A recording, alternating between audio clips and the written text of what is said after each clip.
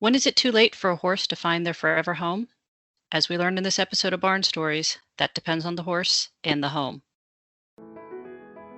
Welcome to the Barn Stories podcast. I'm Lori Prinz, editor of Equus Magazine.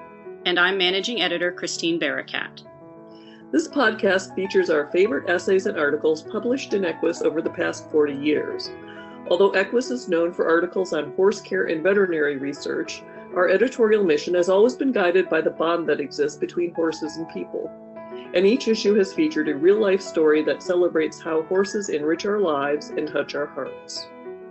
We've searched our archives, chosen the stories that resonated with our readers, and given them new life in this audio format.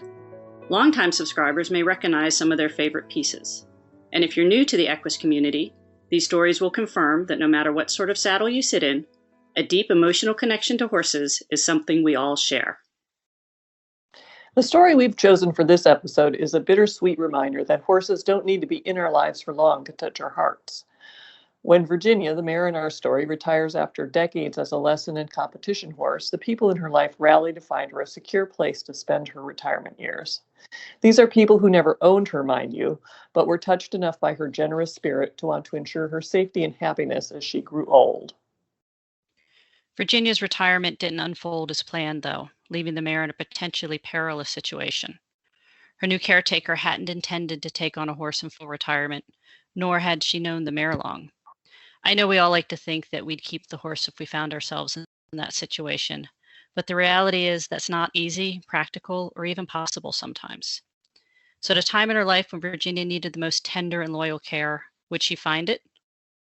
Grab a tissue and let's find out by listening to The Golden Year, written by Mary Alexander and read by Taylor Autumn.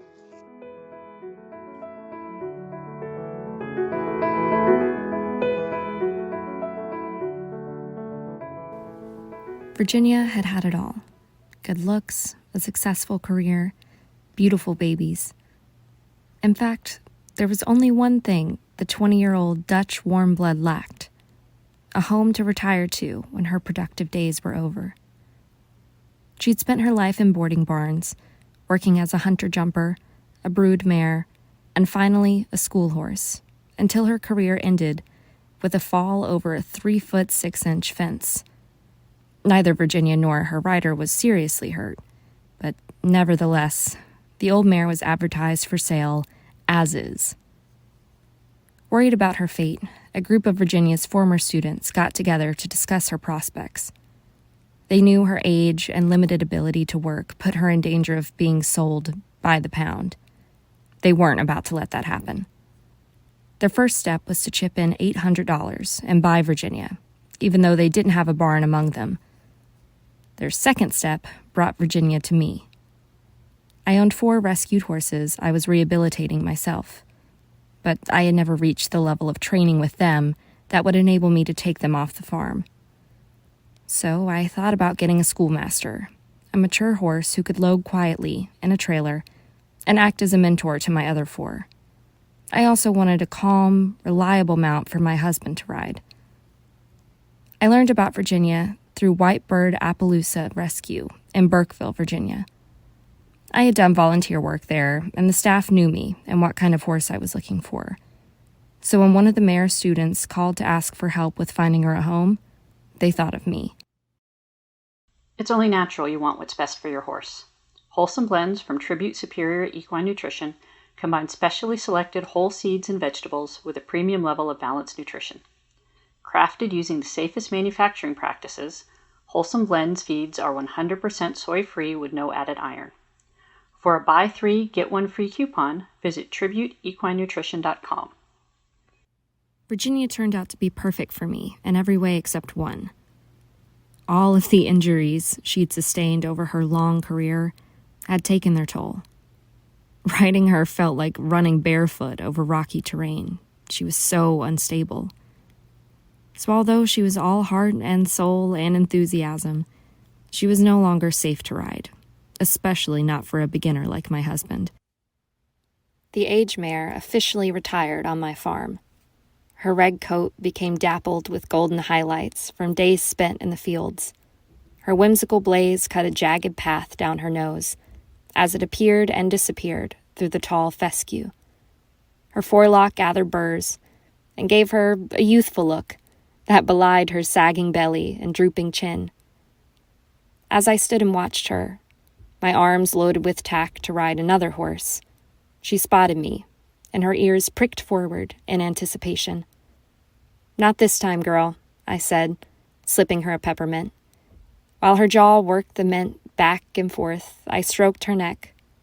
Her mouth got all foamy, and her eyes narrowed with pleasure as she savored her favorite treat.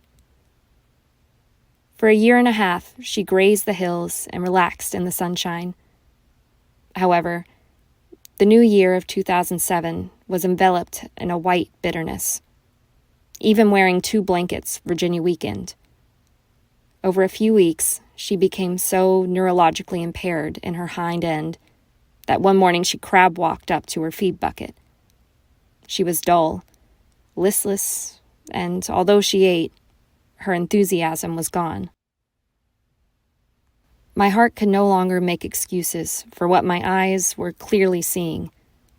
I leaned against the barn door.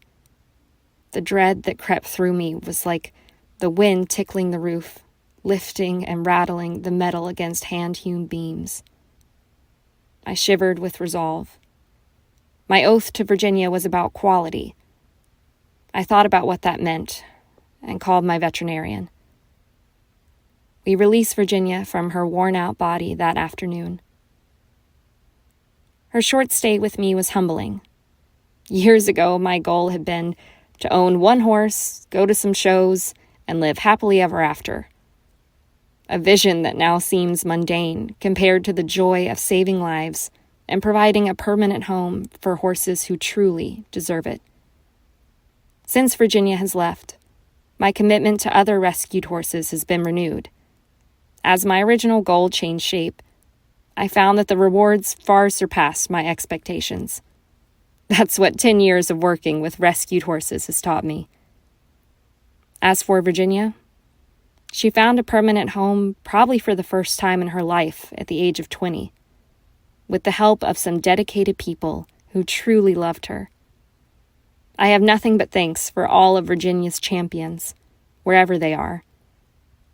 Virginia really did have it all, peppermints included.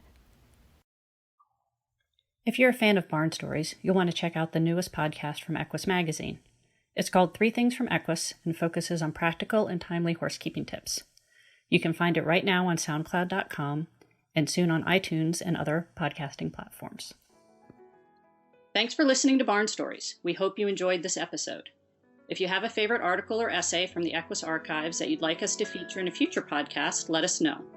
You can reach us at equusbarnstories, all one word, @gmail.com. Did you enjoy this episode of Barn Stories? Head over to iTunes to subscribe, rate, and leave us a review. Thanks for listening. The Barn Stories podcast is a production of the Equine Podcast Network, an entity of the Equine Network.